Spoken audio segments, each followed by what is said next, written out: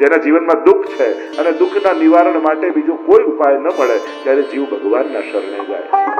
જવું એ ખોટું નથી પણ ઉત્તમ નથી. માંગવું એ કોઈ અધમ વસ્તુ નથી, ઉત્તમ નથી. અભક્તપણું નથી. ભગવાન પાસે માંગવું ભક્તનો અધિકાર છે. ભગવાનને નહીં કહેતો કોને કહેશે? પણ એ ઉત્તમ ભક્તિ નથી કહેવાનો અર્થ છે. તો મહાપ્રભુજી તો આજ્ઞા કરે છે, પ્રાર્થિત એવા તત કિમ સ્યાત સ્વામ્યાભિપ્રાય સંશયા, કે માંગવાથી પ્રાર્થનાથી પણ શું? અર્થ તો એ જ તું કરે છે કે તને ભગવાન પર શંકા છે, નહીં તો તું માંગત.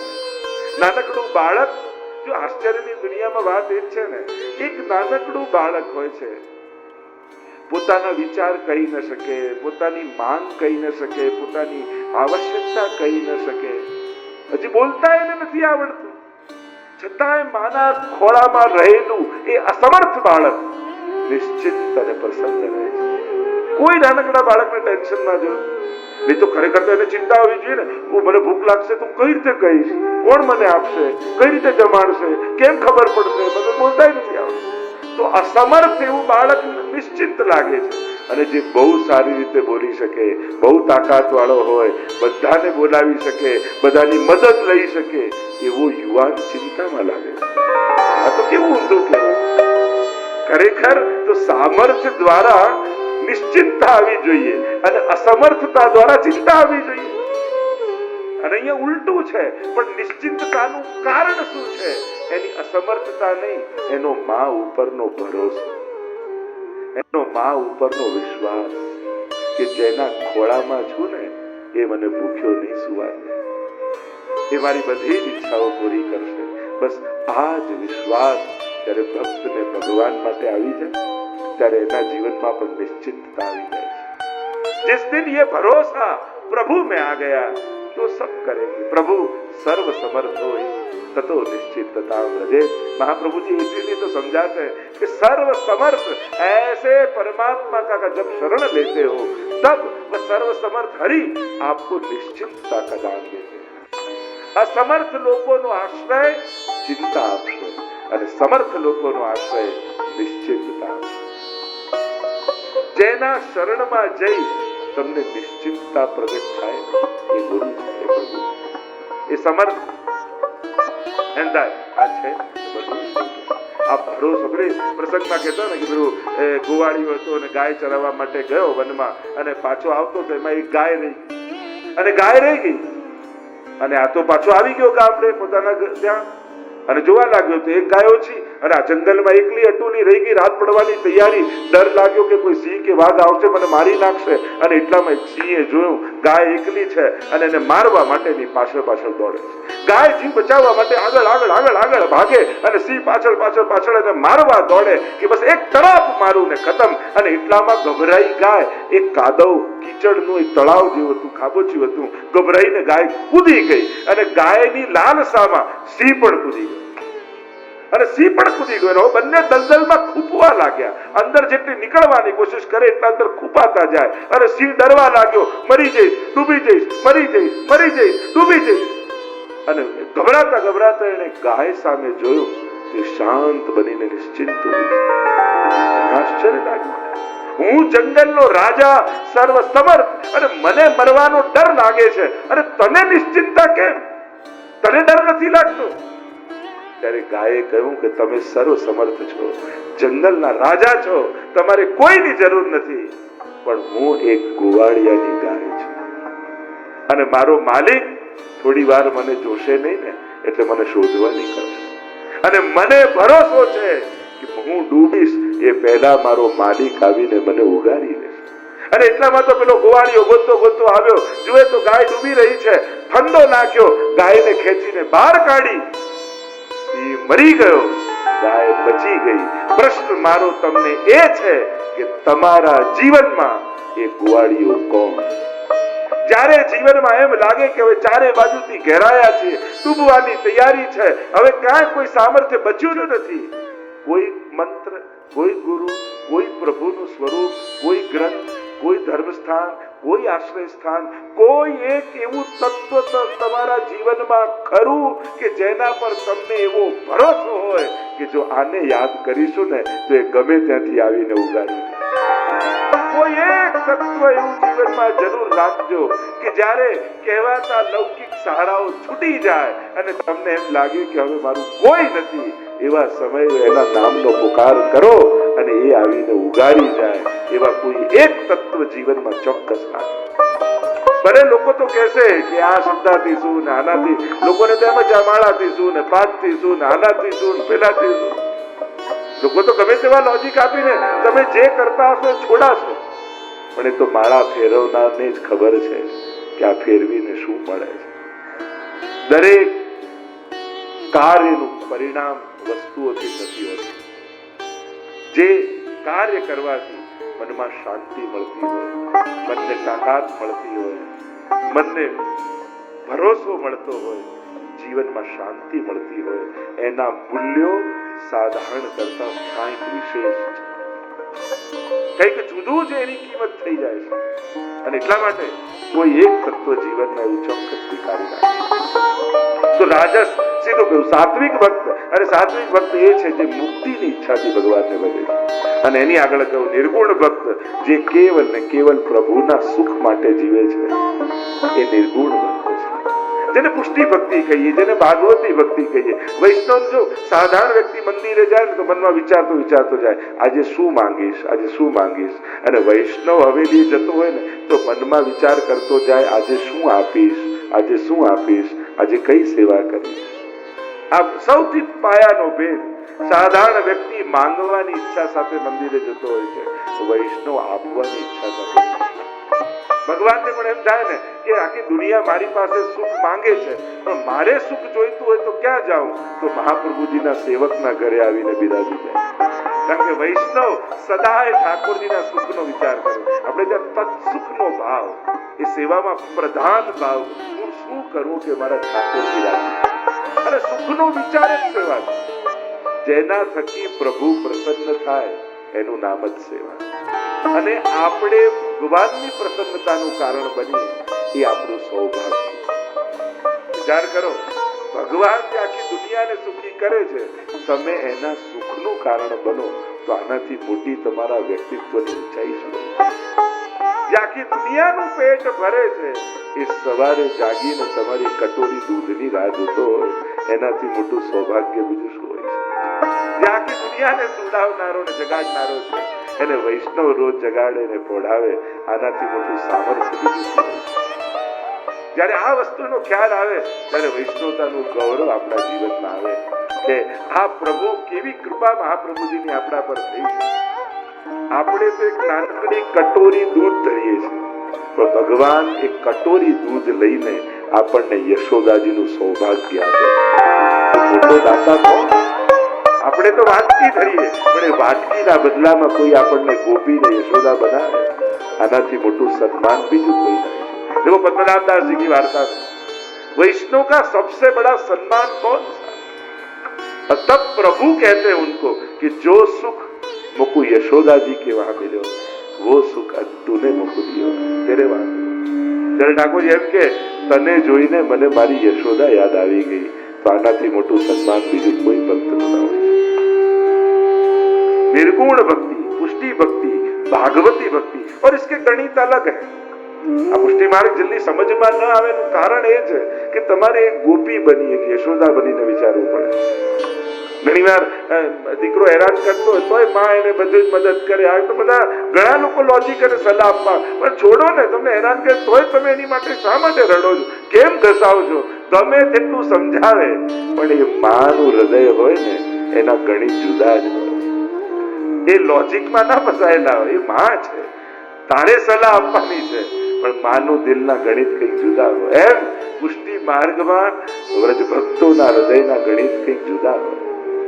ભક્તો સાથે તો એ બોલે, વાત કરે. તમને બહારથી આવે ને એમ લાગે, સૂટ પહેરીને નીકળતા દીકરાને એમ લાગે આ શું ભોગ કરતા હશે, શું પોડાવતા હશે, ને શું આ શું રમત જેવું કરતા હશે. પણ જયારે યશોદા બનીને સામે બેસો ત્યારે ખબર પડે કોઈ એક બાને ખોળામાં બાળક રમાડતા હતા અને પાડોશણ આવીને બેસી અને બાએ કહ્યું આ મારા બાળકને 2 મહિનાનું, પણ આખો દિવસ વાતો કરવા જોઈએ, કોઈને કોઈની જોડે બસ બોલવા. પાડોશણને 2 મહિનાનું જે વાતો કરે છે, પણ એ કરે છે. બા બનીને ખોળામાં લો તો સમજાય, પાડોશન બનીને લો તો ન સમજાય. એમ જ અમારા લાલન બોલે છે, હસે છે, આરોગે છે, કોડે છે, માંગે છે, પણ યશોદા બનીને ગોદમાં લો તો સમજાય, પાડોશન બનીને લો તો સમજમાં ના. એ તો સેવા કરનારને જ આનંદ ખબર છે કે મારા લાલનને ગોદમાં લેવામાં કેવું સુખ છે, એને આરોગાવાનો કેવો આનંદ છે, એને સ્નાન કરાવીને શૃંગાર કરીને સજાવવામાં કેવી પ્રસન્નતા છે. એ તો એ વૈષ્ણવ જ સમજી શકે. કરતો હોય એને ખ્યાલ આવે. દૂરથી જોનારને ખબર, માહી પડ્યા તે માસુક માણે, દેખનારા દાજે જોને, હરિનો માર્ગ છે સુરાનો, નહીં કાયરનો કામ જોને. તીરે ઊભા જુએ તમાશો, તે કોડી નવ પામે જોને. કિનારે ઊભા ઊભા વિચાર કરતા હોય ને, ઉષ્ટાવું કે નહીં, ઉષ્ટાવું કે નહીં, બ્રહ્મસવન લઉં કે નહીં, લઉં કે નહીં, ભોગ ધરું કે નહીં, ધરું કે નહીં, એમને આનંદ ના. અમારા જેવા આવે ને ધક્કા મારીને જતા રહે. અમે આ કથા ધક્કો મારવા માટે જ છે, જે ખાલી ઉભા ઉભા કિનારે વિચારતા કરું કે નહીં, કરું કે નહીં, કરું કે નહીં.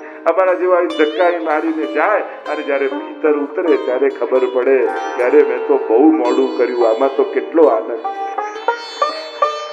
એ તો અંદર માહી પડ્યા તે માસુક માણે, દેખનારા દાજે જોને. એ તો જયારે અંદર ઉતરીએ ત્યારે એના આનંદની ખબર પડે.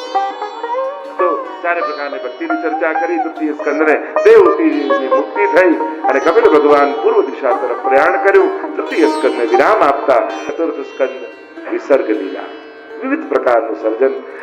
4 પ્રકરણ મહાપ્રભુજી બતાવ્યા 31 અધ્યાયમાં. ધર્મ પ્રકરણ, અર્થ પ્રકરણ, કામ પ્રકરણ અને મોક્ષ પ્રકરણ. जो महाप्रभु जी 7 प्रकारे अर्थ भागवत का करे, श्री महाप्रभु जी ने 7 प्रकार से अर्थ करके उनका एकार्थ करके समझाया.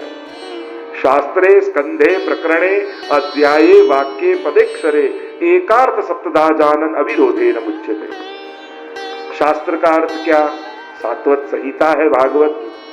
स्कंधे एक स्कंद का अर्थ क्या? ये अधिकार लीला, ये साधन लीला, ये सर्ग लीला, ये विसर्ग लीला. एक स्कंद का अर्थ बताया. विसर्ग यानी क्या, सर्ग यानी क्या. प्रकरणे प्रकरण विभाग बताए, अलग अलग प्रकरण बताया. अर्थ प्रकरण, धर्म प्रकरण, काम प्रकरण, मोक्ष प्रकरण. प्रकरणे अध्याय, एक अध्याय का. पदे अक्षरे, एक अक्षर अक्षर नो महाप्रभुजी अर्थ करे. दुनियाમાં જ્યાં પણ ભાગવત કથા થતી હોય એ કથાકારે સુબોધનીજીના અર્થોના આશ્રય લેવા જ પડે. ભલે કોઈ કહે ન કે, એને ખબર હોય ન હોય, પણ સુબોધનીજીના અર્થોના આશ્રય વગર ક્યાંય ભાગવત કથા થઈ ન શકે. શ્રી મહાપ્રભુજીની જે આ દેન છે શ્રીમદ ભાગવતના અર્થોને પ્રગટાવવા. श्री भागवत सुधार समत के अपनो पंथ जतायो, तुम शरणागत आयो श्री वल्लभ तुम शरणागत. श्री भागवत समुद्र मथन क्षम, भागवत रूपी समुद्र का मंथन करके जो नवनीत निकला वही महाप्रभु जी ने पुष्टि मार्ग रूप से हमको दिया. इसलिए पुष्टि मार्ग कहो, वैष्णव मार्ग कहो, भागवत मार्ग कहो, ये सब एक ही बात. 4 प्रकरण विभाग बताए जिन्हें हम चतुर्विध पुरुषार्थ कहते हैं.